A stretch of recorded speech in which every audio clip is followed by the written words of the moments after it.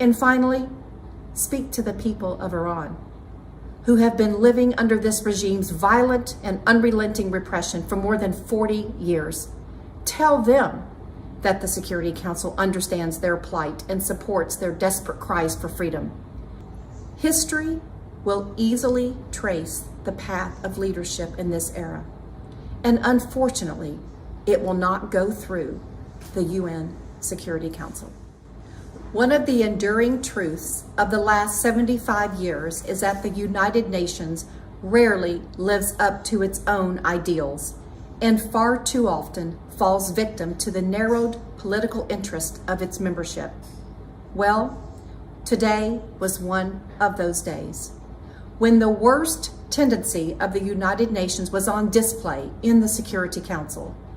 When I assumed this position almost exactly a year ago, I made a point to underscore to all council members that this body's credibility was in tatters. There was too much at stake, I said, to let the Security Council fade from relevance by getting lost in its own dysfunction. This body was formed to advance global peace and security, and none of us should struggle to understand what that requires.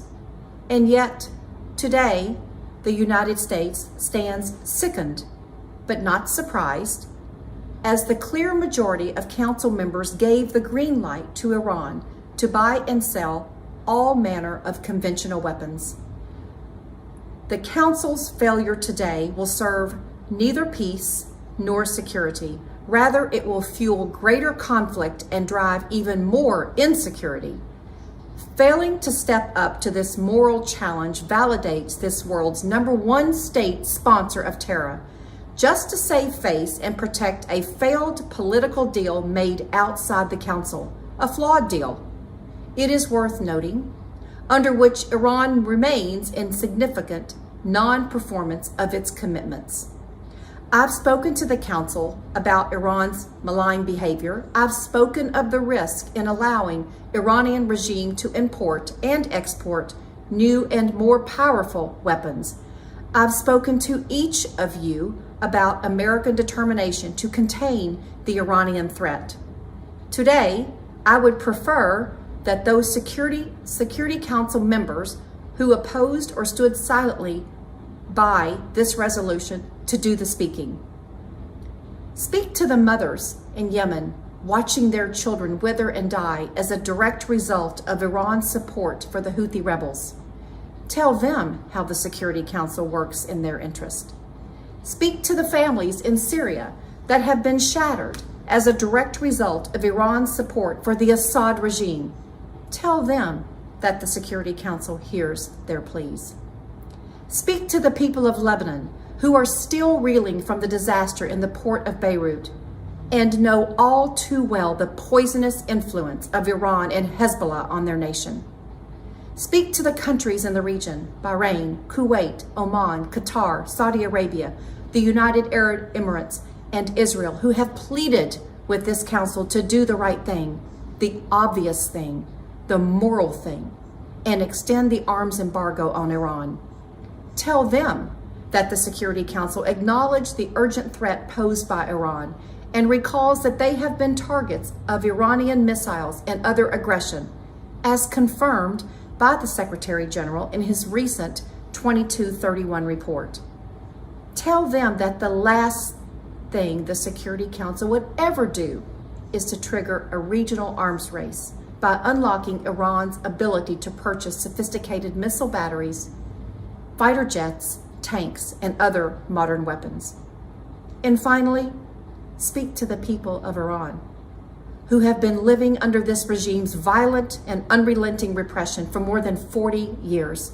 Tell them that the Security Council understands their plight and supports their desperate cries for freedom.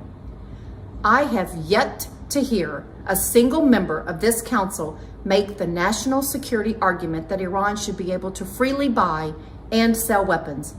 And don't think for 1 minute I've grown weary of trying to coax this council to return to its original purpose, to focus on the human implications of its actions. The defeat of this resolution outlines perfectly this council's current condition of paralysis and inaction in the face of growing threats. The question before us were simple today. Has Iran done anything to warrant reconsideration of its status as the world's state sponsor of terrorism? Should UN arms restrictions that have been placed for 13 years be lifted? Rather than acknowledge these questions, members of this body set refuge in the remnants of the failed Iran nuclear deal. Preserving the last threads of that deal became the objective, not the interest of humanity or the pursuit of peace. And even in this context, I remind my colleagues from France, Germany, and the United Kingdom that their governments made clear just this June, and allow me to quote, "We believe that the planned lifting of the UN conventional arms embargo established by Resolution 2231 next October would have major implications for regional security and stability." Well, that belief appears to have been short-lived.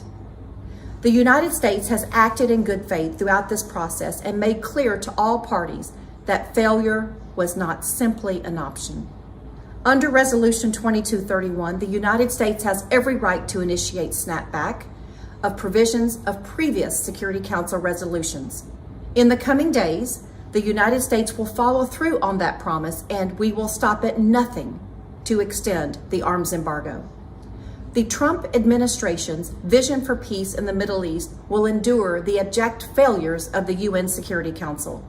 Just yesterday, that vision was again validated in the historic agreement between Israel and the United Arab Emirates. The United States is a force for good in the world. And when the multilateralism fails, we will not.